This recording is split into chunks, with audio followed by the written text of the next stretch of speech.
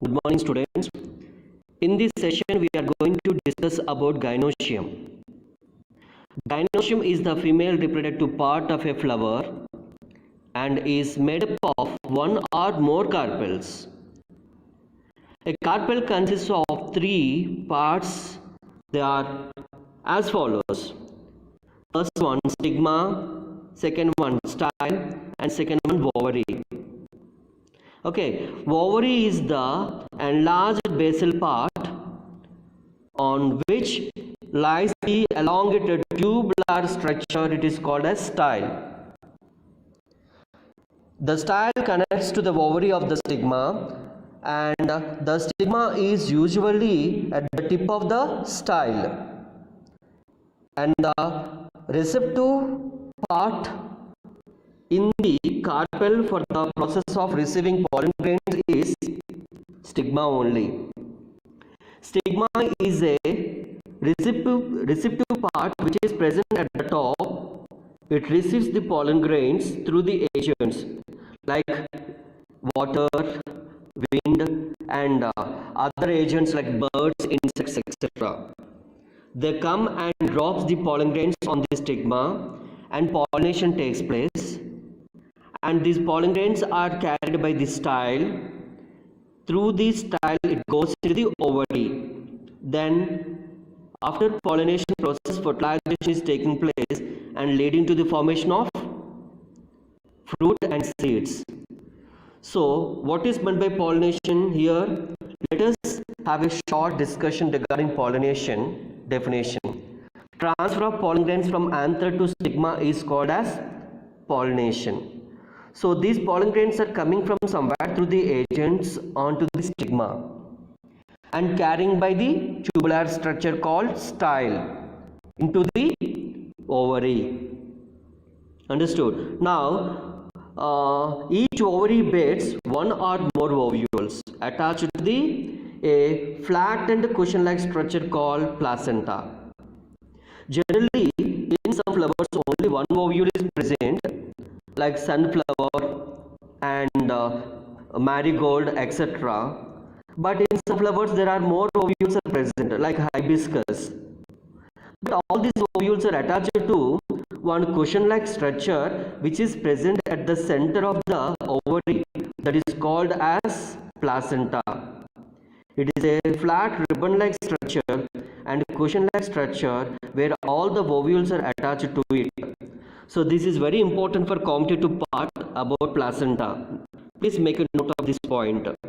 But when more than one carpel is present, then what may happen? They may be free, and even they may be presented as a one single unit. If they are free, when they are more in number, like in lotus flower and rose flower, then the phenomenon is called as apocarpus. Okay, what is the definition of apocarpus? Let us discuss. I will explain the definition for apocarpus. Please listen.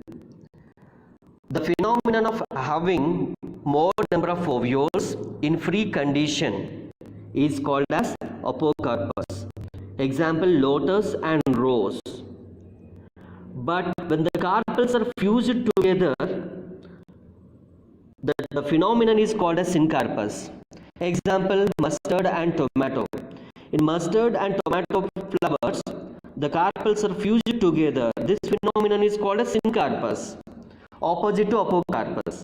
Right? Now, let me explain the definition for syncarpus once again.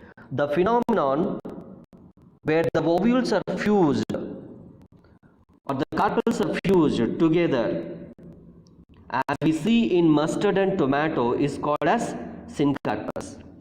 This is 2-mark definition. I will say 1-mark definition now. The phenomenon of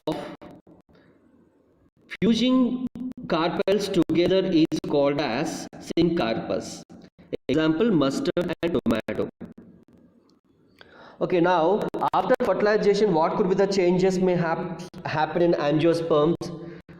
After fertilization, known as post-fertilization events or developments which takes place in angiosperms. This is very interesting concept. Even in second PC also the same concept is there. In second chapter, sexual reproduction in flowering plants. Post-fertilization events are very unique in angiosperms. What are those events can be noticed by them? The ovules are converting or modifying into seeds in the fruit. Then the ovary matures into fruit. These two events are most important events in angiosperms. Please make a note. Post-fertilization events in angiosperms. What are those? The first one is developing of ovules into seeds, then maturation of ovary into fruit. Understood? Now, coming to the most important concept of this today's session is placentation. Hope you're all seeing the diagram on the screen. Different types of placentations are present. First of all, I will tell you definition for placentation. It is one mark question for theory examinations. Define placentation. The arrangement of ovules within the ovary is known as placentation. Understood? Students, I will repeat once again this definition. Please make a note in the notebook. The arrangement of ovules within the ovary is known as placentation. Then the placentation vary from one flower to another flower. Students, are we seeing only limited flowers in the nature? No. We are seeing variety of flowers in the nature, right? Like jasmine, rose, sunflower, marigold, hibiscus, lilies, whatnot. Different varieties of flowers, different fragrances, different sizes. Isn't it so or not? But all the flowers are not having the same kind of arrangement of ovules within the ovary. They are vary from one to another. Why this kind of differentiation can be seen? Can you guess the answer? Because their habit is different. Their mode of living is different. Some lives in water, some lives in desert, some lives in terrestrial region. Some are indoors, some are outdoors, some are large trees, some are very microscopic. In plant kingdom chapter you had a discussion. The smallest angiosperm is Ulfia and the largest angiosperm plant is Eucalyptus, right? So variety of plants can be seen. In all those the placentation is not same. Different variety of placentations can be seen. What are those? Let us see one by one. First one, marginal placentation. Second diagram, axial placentation. Third one, parietal placentation. Fourth one, free central placentation. Fifth one, basal placentation. Respectively from first to fifth. On the screen you are seeing the diagrams, right? So now let us see one by one in detail. I will explain first one, marginal placentation. See the first diagram. In this placentation, placenta forms a ridge along the ventral structure of the ovary, and the ovules are born on this ridge only, forming two rows. So this could be the unique characteristic in some plants. What are those plants? Please make a note the examples. All Fabaceae family members. Old name Leguminaceae. What are the examples? What could be the plants included in this family? Like pea, garden pea, sweet beans, broad beans, etc. In all this we could be able to see marginal placentation. Students, we are drawing a margin on the white sheet while you are writing exams, right? Where is the location of margin? At the edge. Got it? So here also at the edge only the ovules are attached to the placenta in the ovary. Pea pod, maybe you have seen pea pod. While we are opening the pea pod, have you seen where the ovules are presented and how they are presented? Now this time you watch very carefully when we are opening the pea pod. Definitely you will feel amazing. All the ovules are attached to one single ridge which is present at the edge of the ovary, forming two rows. Understood?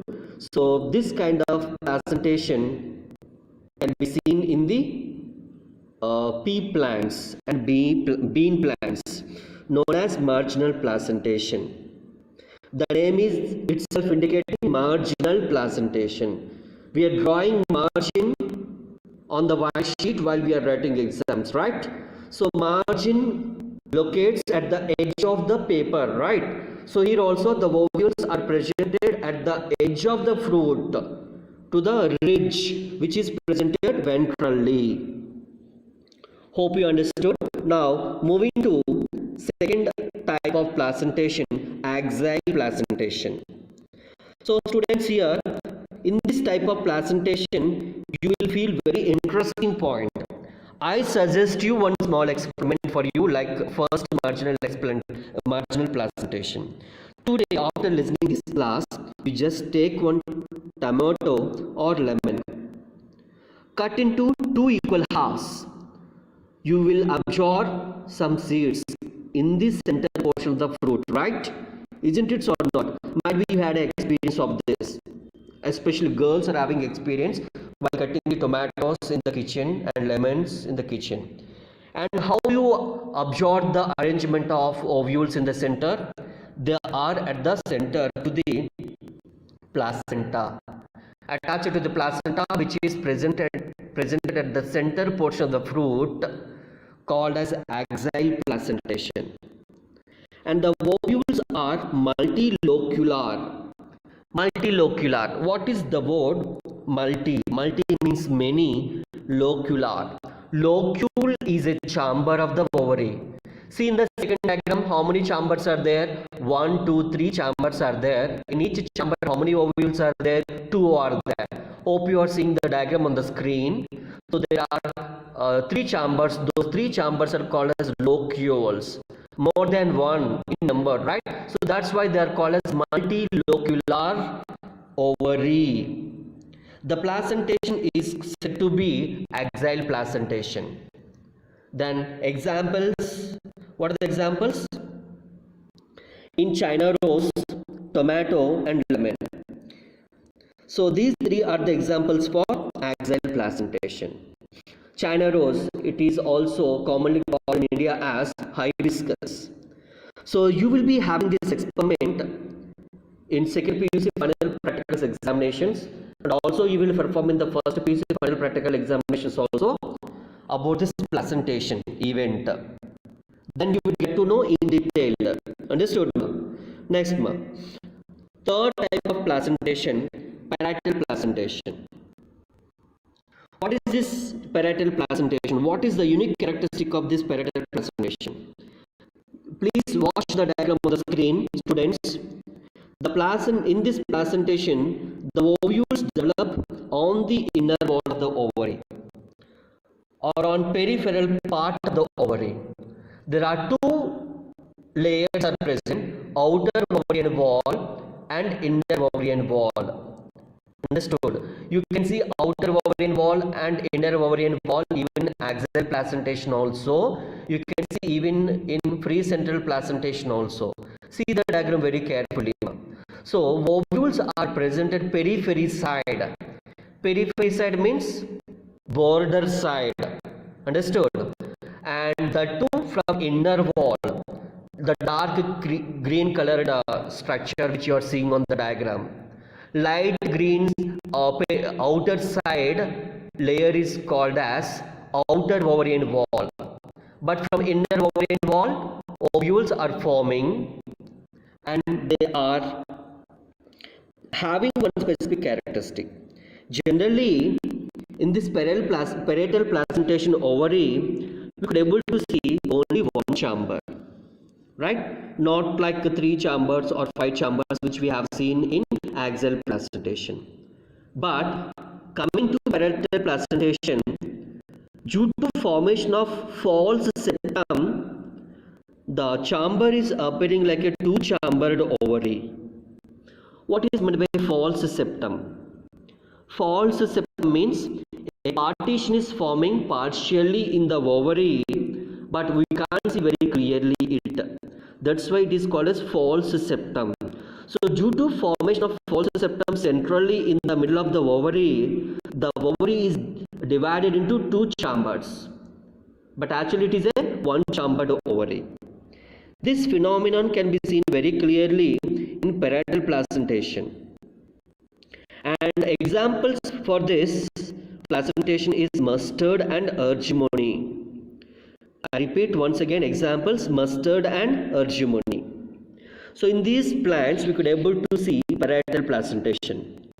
Next, coming to fourth one, free central placentation. This is very interesting and important placentation. Let us see the diagram on the screen. Free central placentation.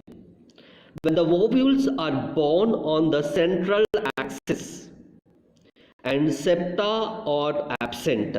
So here students, septa, it means nothing but plural. Septum singular. So septa are absent in the ovary. So we can't see partitions or chambers in the ovary. Make sure this point must be clear. In competitive examinations, they may ask this type of question also. Septa are absent in this following type of placentation. Tell me also, Ma, what is that placentation? Free central placentation. Then where the ovules are present? Ovules are present on the central portion or central axis of the ovary. They born inside the ovary, within the ovary, at the central portion. It is also called a central axis. Then there are, in the name itself indicating free central, they are freely present in the central portion of the ovary, which are borning at the central axis, called as free central placentation. Example, dianthus and primrose. I repeat the examples once again. Dianthus and primrose. Please make a note. So the last one, coming to last placentation, it is nothing but basal placentation. In the basal placentation, you could able to see development of placenta at the base side of the ovary. And there is a single ovule attached to the placenta which is present at the basal side. And this phenomenon is called as basal placentation. It can be seen in flowers like sunflower and marigold. For competitive examinations, this is very important concept. In many previous NEET examinations, they asked about this concept because this is unique characteristic consisting only single ovule. Right? Then location of single ovule is at the basal side, and it is attached to the placenta, which is present at the bottom of the ovary. Can we see septa in this? Obviously no. We can't able to see the septa in this basal placentation also. Understood? We can't see septa in basal placentation, free central placentation. False septum can be seen in a parietal placentation. Then true septum can be seen in a axial placentation. Then ventral ridge can be seen at marginal placentation. So one placentation is having one unique characteristic. So I would like to hear highlights of the placentation one by one. One placentation of the placentation, a unique characteristic. Marginal placentation. Ovules are attached to the placenta at the margin, which is ventrally present in the ovary. Right? Next, axial placentation. So here septum or chambers are present. Chambers are called locules. Understood? They are presented at the central portion of the ovary. True septum is present in the axial placentation. Next, parietal placentation. Ovules are born on the inner side ovarian wall of the ovary. Understood? The ovary is actually one chamber, but due to formation of false septum, appearing as a two-chambered ovary. Right? Now, pre-central placentation. Septa are completely absent. Ovules are present at the central axis. Understood? Next, basal placentation.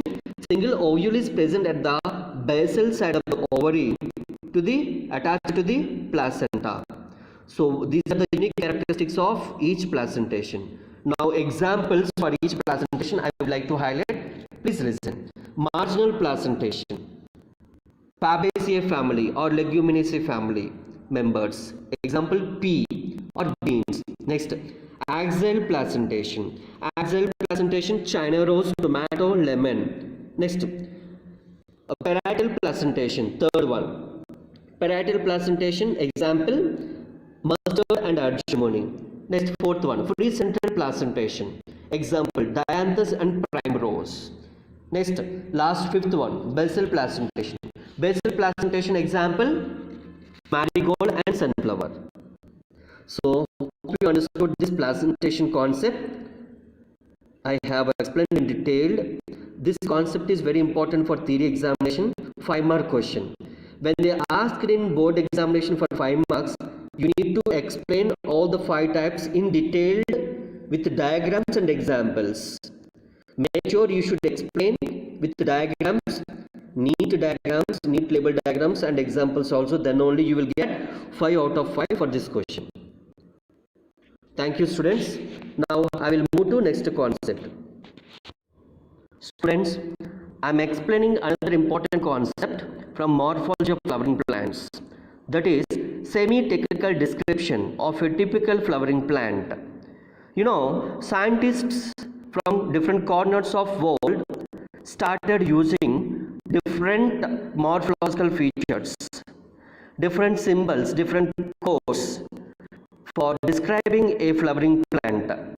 When we are explaining a morphology of a flowering plant, then it should not be right in theoretical part in a long lengthy manner.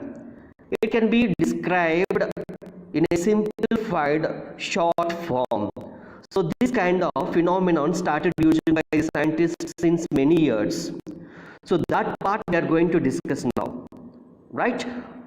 While we are describing a flowering plant, the description should be how, the explanation should be how in a simplified manner. So that's why started using by scientists a brief language, simplified language, and even scientific language also they started including in this description, and proper sequence. Proper sequence in the sense, for example, in previous class we had a discussion. Take a small activity, take some seeds like green gram seeds or etc. Put those seeds in the soil, in a right soil. Then after a few days it germinates, right? And after germination you are seeing the first part radical which grows as a root system. Next, plumule which grows as a shoot system. Then in the shoot system, young shoot consisting leaves and develops day by day and produces branches. Then after certain days of the lifespan of the tree produces flowers. Flower consisting different floral parts. Next, a flower produces after fertilization fruit and consisting seeds. Again those seeds will be useful for production of new individuals, right? This is a sequence. In such a way, based on this small activity, let us see how they are describing a flowering plant from beginning. Okay, they are explaining a flowering plant with the beginning of habit. Next, vegetative characters. They are taking vegetative characters like roots, which we had a discussion just now, because root is the first produced part in the plant. Next, followed by stem. Next, leaves, and then floral characters. Floral characters like inflorescence, either racemose inflorescence or cymose inflorescence. Next, flower parts. What are the different flower parts? Like calyx, corolla, androecium and gynoecium. And after that they are explaining various parts of the plant like floral diagram and floral formula. Like this they are completing the total description of a flowering plant in a simplified manner. So in taxonomy, what is meant by taxonomy? Taxonomy is a branch of biology which deals with the classification of living organisms. So in plant taxonomy, while describing a flowering plant, especially with the connection of morphological features, scientists, it means taxonomists, obviously, certainly they should follow this technical description only. And let us have a look of this semi-technical description of a flowering plant. Floral formula represented by some symbols, right? So let us see what are those different symbols are given by taxonomists for the different floral characters. You are seeing a chart on the screen. There are 15 floral characters and their respective symbols are there. These are very important for taxonomy part, as usual for theory examinations and competitive examinations also. Let us discuss one by one in detail. So first characteristic, bractate. As we discussed in previous class, if the flower is having bract, that nature is called as bractate. As we also discussed, bract is a modified leaf, right? So that phenomenon can be indicated with the capital B small r. Hope you are seeing the screen. Next, calyx, second one. Calyx is the outermost layer of the flower. It could be indicated with capital K, not with capital C. Many members get confusion here only. Why? Because see the third one, corolla, indicated with capital C. Since these two floral characters are starting with the letter C, scientists showed some variation for the symbols. Understood? So corolla can be indicated with the capital C. Next, third main reproductive part of the flower, it is nothing but androecium. Androecium is indicated with capital A. Next, fifth one, fourth or inner reproductive part of the flower, it is nothing but gynoecium, indicated with capital G. So next, I would like to give you one small recap here. Second one, third one, calyx and corolla are accessory parts of the flower. Fourth one, fifth one, androecium and gynoecium are the reproductive parts of the flower. Understood? I recapped these from previous class. Now coming to sixth one, superior ovary. Superior ovary, capital G, the bar should be indicated below the G. So why? Because gynoecium is presented at the above position, top position. Rest of the floral parts are presented below the ovary, below the gynoecium. So the red color bar is indicated below the G. This symbol is meant for superior ovary.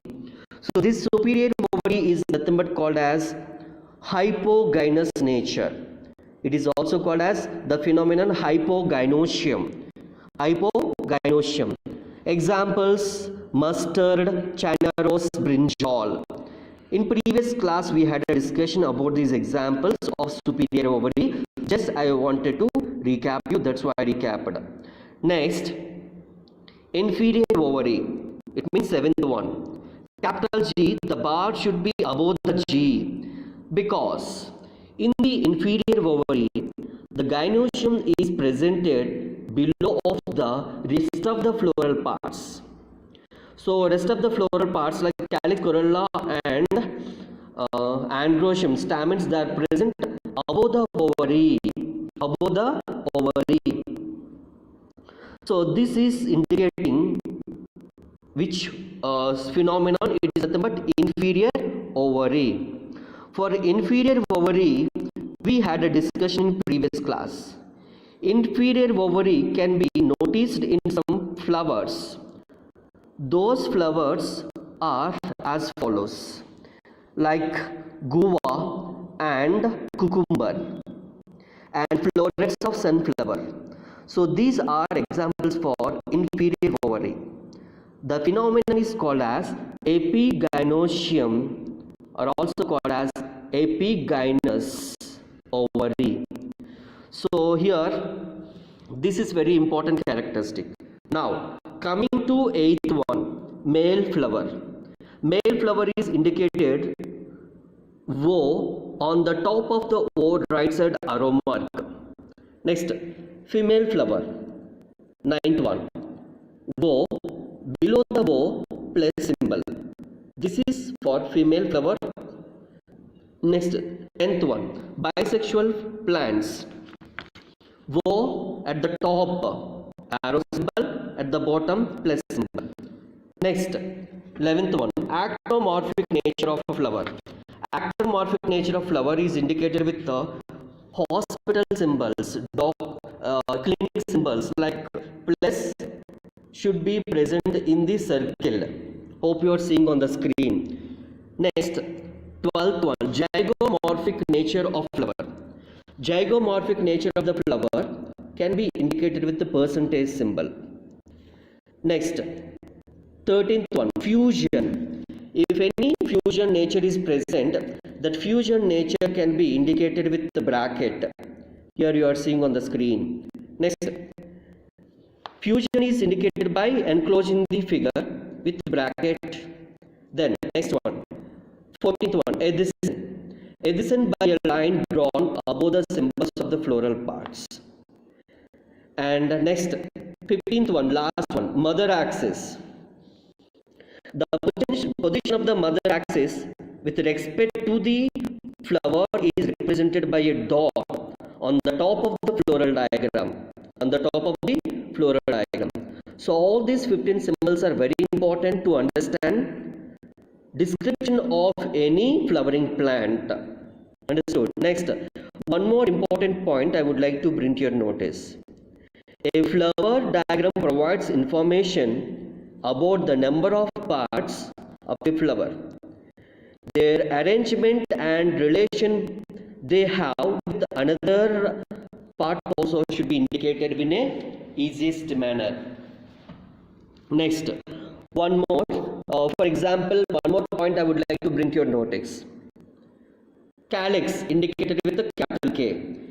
If sepals are 5, it can be indicated as capital K, just below the capital K, 5. So it means calyx is having how many sepals? 5 sepals in number, like that. Corolla, capital C. If 5 petals are there in corolla, then capital C, just below the capital C, small 5. It means their number is representing here with the capital C, 5. Understood? Then, coming to one more important point, calyx, corolla, androecium and gynoecium are drawn in successive orals only. So first, we should give priority in a sequence wise, calyx, corolla, androecium and gynoecium. Then, calyx is being outermost as we discussed, gynoecium is being innermost in the floral formula as shown in the other diagrams which I am going to show in the next session, in the next video. Floral formula also shows cohesion and adhesion within the parts of the orals and between orals also. Remember this point, this is important for theory. And what kind of relationship you are seeing? Floral formula also shows cohesion and adhesion within the parts of the orals and between orals. So total how many orals are present? As we discussed in previous class, 4 orals are present, right? Then the floral diagram and floral formula can be represented in the easiest manner. Understood? So the about families and floral diagrams and floral formulas I am going to explain in the next video. Hope you understood these floral characters and their symbols under semi-technical description of a typical flowering plant.